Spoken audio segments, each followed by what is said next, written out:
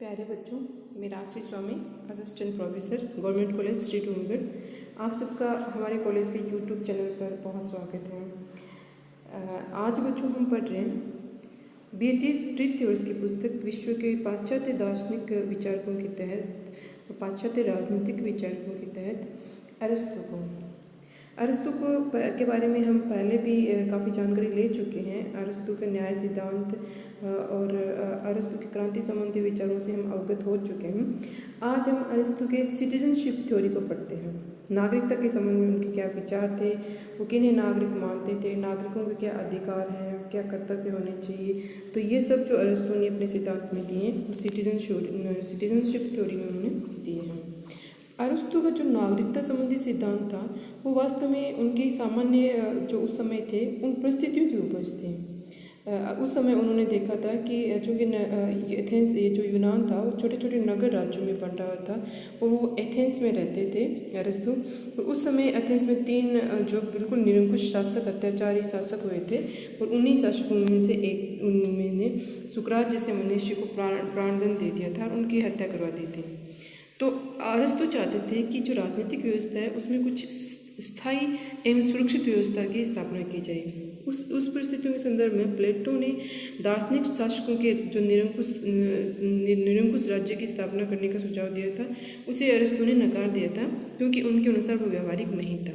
और उसको समझाने के लिए और नगर राज्यों की जो अस्थिरता थी उनकी समस्या को दूर करने के लिए अरस्तु ने अपना नागरिकता संबंधी सिद्धांत उन्होंने दिया है। और अरस्तु ने अपनी पुस्तक पॉलिटिक्स के भाग 3 में राज्य तथा नागरिकता संबंधी विचार को विस्तृत रूप से प्रस्तुत किए हैं। लेकिन हालांकि उन्होंने नागरिकता के संबंध में कोई स्पष्ट परिभाषा नहीं दी है। वो जो उस समय जो नागरिकता के संबंध में अपने जो विचार रखे वो उनकी तत्कालिक परिस्थितियों के अनुरूप उन्होंने अपने विचार रखे थे।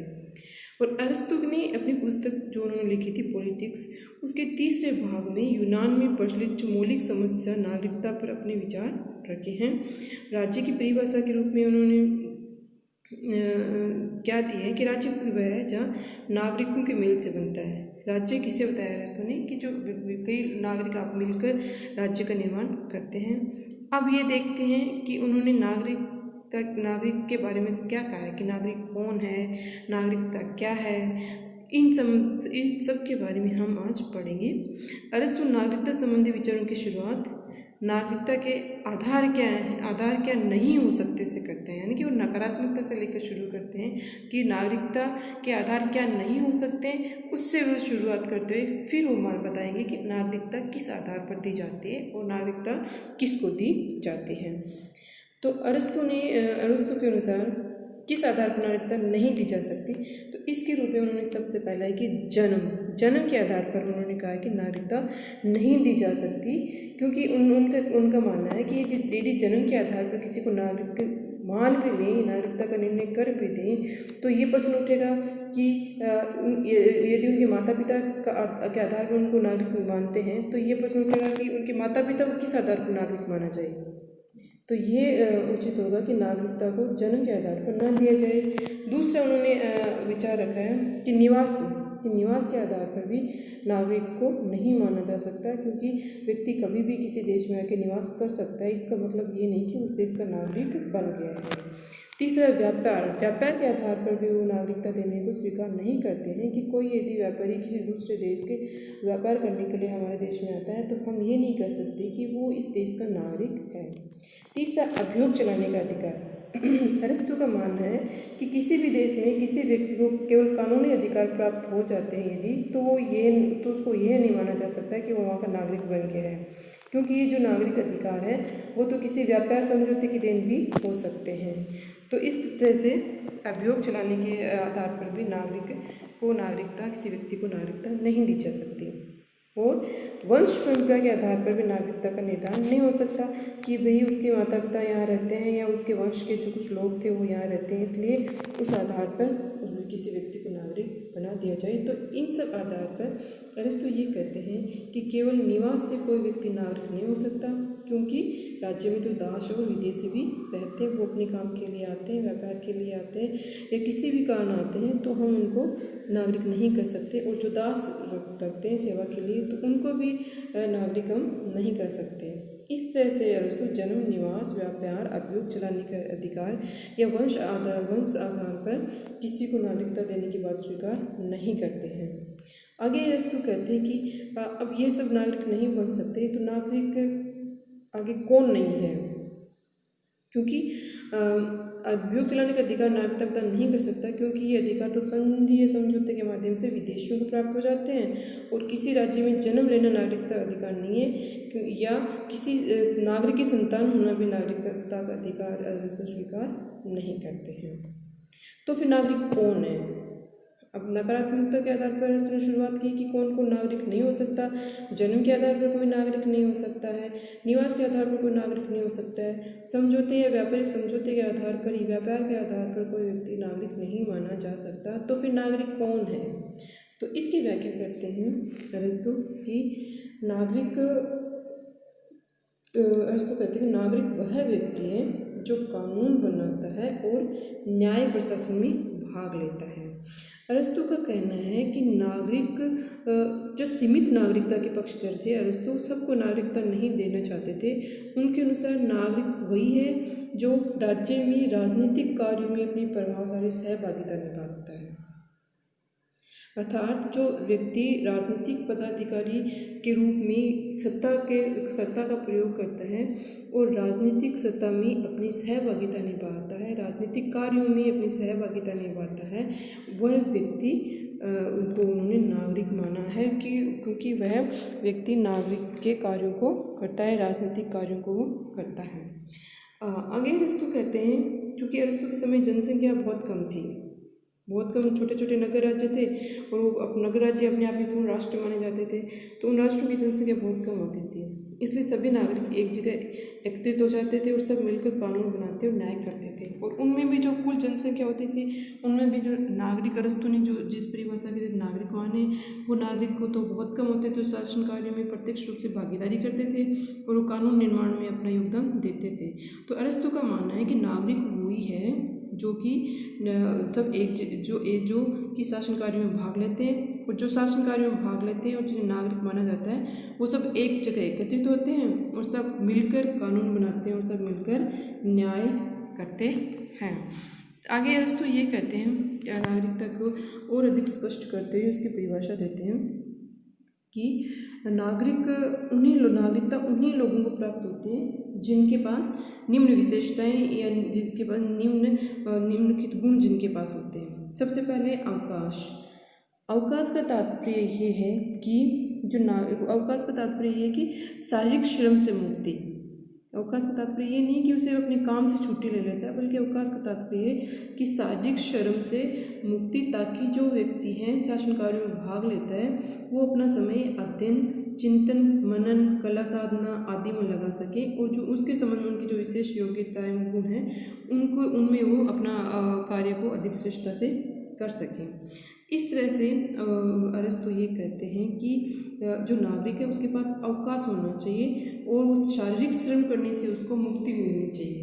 अवकाश का तात्पर्य है शारीरिक श्रम से मुक्ति, ताकि वो उसकी जो क्षमता और योग्यता है वो अध्ययन, मनन, चिंतन, कला साधना आदि में लगा सके, और शारीरिक श्रम है वो किसी जो उनके दास या नौकर हैं उनके माध्यम से करवाया जाना चाहिए। तो नागरिक की पहली विशेषता ये होती है कि उसके पास शारीरिक श्रम से अवकाश होना चाहिए।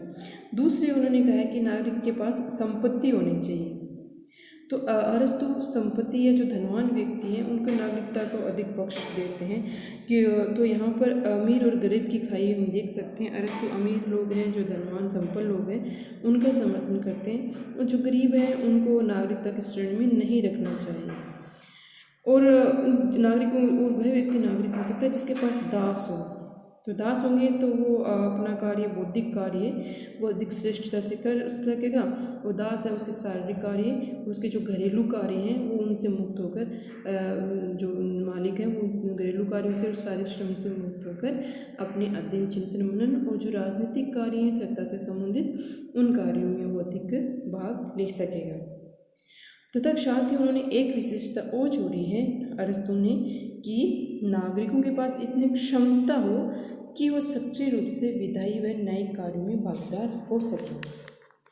अर्थात अरस्तु के अनुसार नागरिकों का निर्धारण जन्म, निवास स्थान या कानूनी अधिकारों से नहीं होता, बल्कि उसके व्यक्ति की राजनीतिक क्षेत्र में सक्रिय भागीदारी होनी चाहिए। जैसा कि हमने पढ़ा अभी कि व्यक्ति को राजनीतिक कार्य हैं उनमें अधिकतम भागीदारी होनी चाहिए।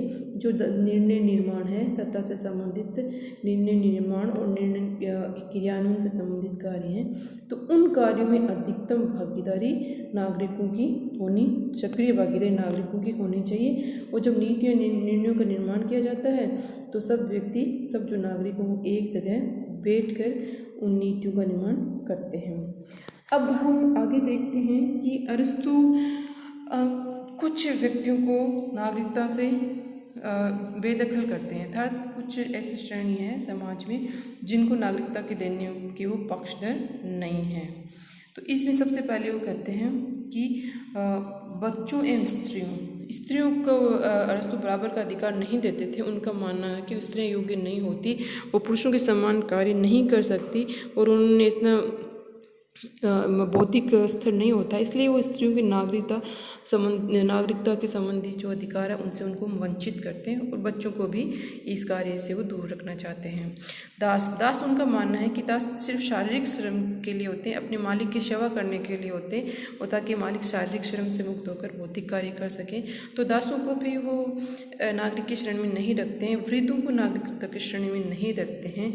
साथ ही हम यहाँ देखते हैं कि अरस्तु की जो दास का शब्द का प्रयोग किया है वो यहाँ पर बहुत व्यापक अर्थ में किया है और यहाँ उन्होंने व्यापारियों और जो व्यापारी हैं, कृषक है, किसान है, उनको भी वो दासों की श्रेणी में रखते हैं, क्योंकि उनका मानना है कि जो व्यापारी या कृषक जो साहूकार कार्य करते हैं वो कार्य शारीरिक कार्य है, बौद्धिक कार्य नहीं है, इसलिए वो कृषकों को और व्यापारियों को भी नागरिकता से वंचित रखते हैं। श्रमिकों को तो सामने रखेंगे क्योंकि उनका मानना है कि श्रमिक तो सिर्फ फैक्ट्रियों या कल कारखानों में काम करने के लिए होते हैं। साथ ही विदेशियों को भी नागरिकता के अधिकार से वंचित रखना चाहते हैं, क्योंकि उनका मानना है कि विदेशी कभी भी किसी राष्ट्र के नागरिक नहीं होने चाहिए। इस तरह से हम देखें कि अरस्तु यूनान में विधायी व न्यायिक कार्यों के लिए इक्लेसिया व हेलिया नामक संस्थाओं में सक्रिय रूप से भागीदारी निभाने वाले नागरिकों को ही नागरिकता प्रदान करता है। 2 संस्थाएं थी उस समय जो विधायी एवं न्यायिक कार्य करती थी, इनका नाम था इक्लेसिया व हेलिया। उनका मानना था कि जो इन दोनों संस्थाओं में सक्रिय रूप से कार्य करते हैं विधायी एवं न्यायिक कार्यों के लिए, वो ही देश के नागरिक बन सकते हैं, अन्यथा वो किसी को भी देश की नागरिकता के देने के पक्ष में नहीं थे। तो इस तरह से हम देखते हैं कि अरस्तु नागरिकता के संबंधी जो विचार उन्होंने रखे हैं वहाँ वो संकीर्ण विचार हो जाते हैं। उनके मानना है कि जो नागरिक एक बार बन जाते हैं, जो सत्ता के कार्य में भागीदारी रखते हैं, उनका ये समानता के मध्य समानता वाला सिद्धांत लागू होता है कि जो समान लोग हैं जो नागरिकता की श्रेणी में आ सकते हैं, जो दास नहीं है, जो स्त्रियाँ नहीं है, जो बच्चे नहीं है, किसान नहीं है, श्रमिक नहीं है, बाकी जो लोग हैं सत्ता के कार्य में भागीदारी लेते हैं, जो मतदान के कार्य में भागीदारी लेते हैं, मताधिकार का प्रयोग करते हैं, वो सब नागरिक हैं। और उनके मध्य अरस्तु किसी भी प्रकार के भेदभाव की बात नहीं करते हैं। उनका मानना है कि जो जिनको नागरिकता प्राप्त हो गई है वो सब समान हैं, उनमें किसी भी प्रकार का किसी भी तरह का कानूनी या अन्य भेदभाव नहीं होना चाहिए, वो सब कानून की दृष्टि से वो नागरिक समान हैं। तो इस तरह से अरस्तु ने जो नागरिकता के कार्य नागरिक बताया है उनको शासक के समस्त नतमस्तक होने के लिए नहीं कहते हैं। उनका मानना है कि नागरिक वही है जो शासन के कार्य संचालन में सहायता देते हैं और अपने कर्तव्यों का पालन करते हैं। आगे देखें तो नागरिकता केवल उनका मानना, क्योंकि यूनानी नस्ल को श्रेष्ठ मानते थे अरस्तु, और उनका मानना था कि नागरिकता केवल यूनानियों का ही गुण है। जो स्वतंत्र जन है अर्थात जो यूनानी मूल रूप से यूनानी है वो कामगार, किसान, स्त्रियां, दास ये अयोग्य हैं, ये स्वतंत्र लोग नहीं हैं, इसलिए अरस्तु ने उनको नागरिकता नहीं दी है। अब आलोचना देखें तो अरस्तु का जो नागरिकता संबंधी विचार था वो बहुत ही संकुचित एवं सीमित है, क्योंकि जनसंख्या के बहुत बड़े भाग को नागरिकता से वंचित कर देता है, जैसे स्त्री है, बालक है, दास, श्रमिक, सब उनका कामगार, इन सबको नागरिकता से वंचित कर देते हैं अरिस्तु। तो आज के परिप्रेक्ष्य में देखें तो अरिस्तु का नागरिकता के संबंधी सिद्धांत पूर्ण रूप से अमान्य है। अरिस्तु की नागरिकता संबंधी वर्तमान प्रतिनिधि शासन में भी संभव नहीं है, क्योंकि वह उन्हीं नागरिक मानता है जो कानून निर्माण के कार्य में जुड़े हों, जबकि वर्तमान में प्रत्येक व्यक्ति विधि निर्माता नहीं हो सकता। अरिस्तु छोटे नगर राज्य थे उस समय, और अरिस्तु छोटे से नगर राज्य के संबंध रखते थे, वहाँ के नागरिक थे। तो उस छोटे से नगर राज्य में सीमित जनसंख्या थी, तो सब एक साथ इकट्ठे होकर कानून निर्माण का कार्य कर लेते थे। लेकिन वर्तमान समय में जब देश किसी भी राष्ट्र की सीमाएं इतनी बढ़ गई है, वहाँ की जनसंख्या इतनी अधिक है, तो किसी भी देश के लिए संभव नहीं है कि प्रत्येक व्यक्ति प्रत्यक्ष रूप से विधि निर्माण में अपना भाग ले सके और प्रत्यक्ष लोकतंत्र का समर्थन कर सके। तो वर्तमान परिप्रेक्ष्य में अरिस्तु का ये सिद्धांत किसी भी दृष्टि से उचित नहीं कहा जा सकता है। और आगे एक दोष ये देखने को मिलता है कि अरिस्तु का जो नागरिकता संबंधी विचार है धनिक वर्ग के लिए, धनिक वर्ग को सिर्फ नागरिकता देते हैं जो संपत्तिवान हैं, जिनके पास अपार संपत्ति है, और उनको नागरिकता देते हैं, निर्धन वर्ग को उपेक्षा करते हैं। अरिस्तु के नागरिकता संबंधी विचार में असमानता को बढ़ा दिया जाता है, गरीब और अमीर के मध्य अंतर को और गहरा कर दिया जाता है, क्योंकि जो अमीर वर्ग है, संपत्तिशाली है, उसे नागरिकता के अधिकार के माध्यम से समाज के और श्रेष्ठ वर्ग में उसको शामिल कर लिया जाता है, और जो गरीब है उसको हमेशा गरीब रहने के लिए छोड़ दिया जाता है, यानी कि उसको अपने व्यक्तित्व के विकास में आगे बढ़ने के लिए अरिस्तु अवसर देता नहीं है। इसलिए अरिस्तु असमानता को बढ़ावा देता है। आगे देखें तो अरिस्तु के जो नागरिकता संबंधी विचार हैं तो अधिक जनसंख्या व क्षेत्रफल वाले राज्यों पर लागू नहीं हो सकते हैं। वो उस समय सीमित छोटे नगर राज्य थे, तो अरिस्तु के विचार उसके अनुकूल थे। जो तात्कालिक परिस्थितियाँ थी, तो आज की परिस्थितियाँ तो अरिस्तु के विचार के अनुकूल बिल्कुल नहीं है, इसलिए उनका वो सिद्धांत आज विशाल राज्य, विशाल जनसंख्या, विशाल क्षेत्रफल वाले राज्यों पे बिल्कुल भी लागू नहीं होते हैं। तो आगे हम संक्षेप में देखें निष्कर्ष के रूप में, तो हम ये कह सकते हैं कि अरिस्तु का नागरिकता संबंधी विचारों में बहुत कमियां हैं, और सैद्धांतिक रूप से हम उन्हें श्रेष्ठ मान सकते हैं, लेकिन व्यवहारिक रूप से उन्हें श्रेष्ठ नहीं माना जाता है, क्योंकि सैद्धांतिक रूप में उन्होंने कहा है कि नागरिक वो हैं जो शासन के कार्य में प्रत्यक्ष रूप से भागीदार करते होते हैं। तो ये एक लोकतंत्र के लिए अच्छा कॉन्सेप्ट है कि नागरिकों को अपने देश के लोकतंत्र में प्रत्यक्ष भागीदारी होनी चाहिए, लेकिन ये व्यवहारिक नहीं है, व्यवहारिक इसको नहीं कर सकते आजकल के बड़े विशाल लोकतांत्रिक देशों में, तो इसे उचित नहीं कहा जा सकता है। आज बस इतना ही, धन्यवाद।